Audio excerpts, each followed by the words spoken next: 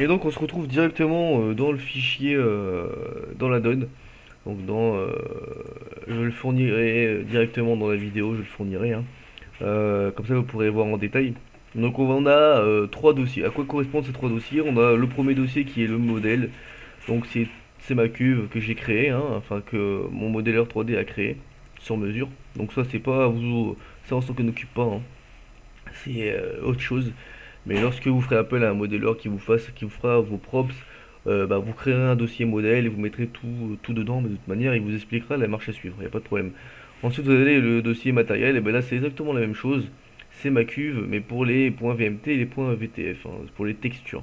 Voilà. Donc ça, c'est pas très important, parce que de toute manière, dans un premier temps, vous n'aurez pas ces deux dossiers, puisque nous, on prendra des props déjà existants sur Gmod.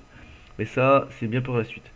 Alors, donc vous avez un fichier LUA, donc le fichier s'appellera, le dossier s'appellera toujours LUA, donc vous allez dessus et dans ce dossier LUA vous allez avoir trois dossiers, trois autres dossiers, ce sera toujours les mêmes, entités, Dark RP module et Autorun, ce sera toujours la même chose. Dans les entités, et bah tout simplement vous allez avoir toutes les entités, donc on appelle ça les entités, c'est tout ce qui va être ma cuve, tout ce qui va être tout simplement mes acides, enfin c'est tous les objets que je vais avoir dans mon addon, tout simplement. Vous voyez qu'on en a quelques-uns.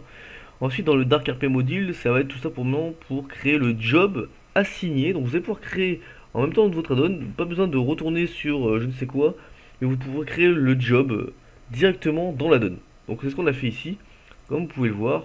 Donc là, on a créé le job du savant fou, donc du chimiste, hein. Donc, on a créé par exemple la team, on a fait la même chose, on l'a mis directement dans l'addon.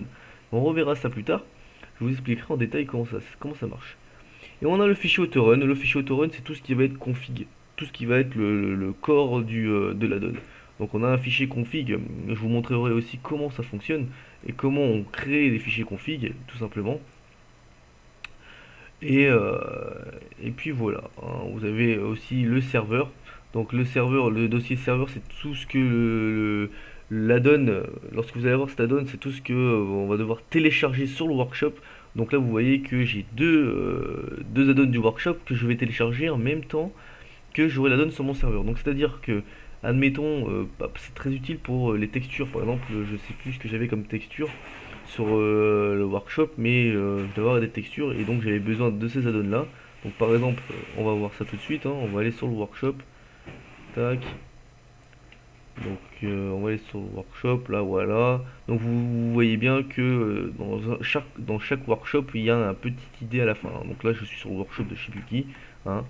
Voilà, c'est pas le mien. Et je vais prendre par exemple donc l'idée de celui-là, copier. Et vous allez vite comprendre à quoi ça correspond. Hop, j'enlève l'idée de ici, hop, et je rajoute coller l'idée ici. Voilà. Et donc voilà. Ça va être le player model donc de Azok qui m'avait fait ma cuve. Et donc j'avais besoin pour que les gens voient ma cuve in-game, et ben, de m'abonner au à ce workshop, donc à ce workshop, voilà. C'est simplement pour les modèles.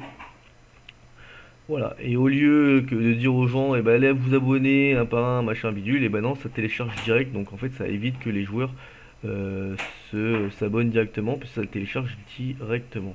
Donc c'est assez facile et ça c'est assez bien. Voilà, donc on va retourner sur le LUA, donc on retourne sur le LUA, on va dans Entité, et donc là on va commencer à comprendre je vais vous expliquer à quoi correspond chaque props.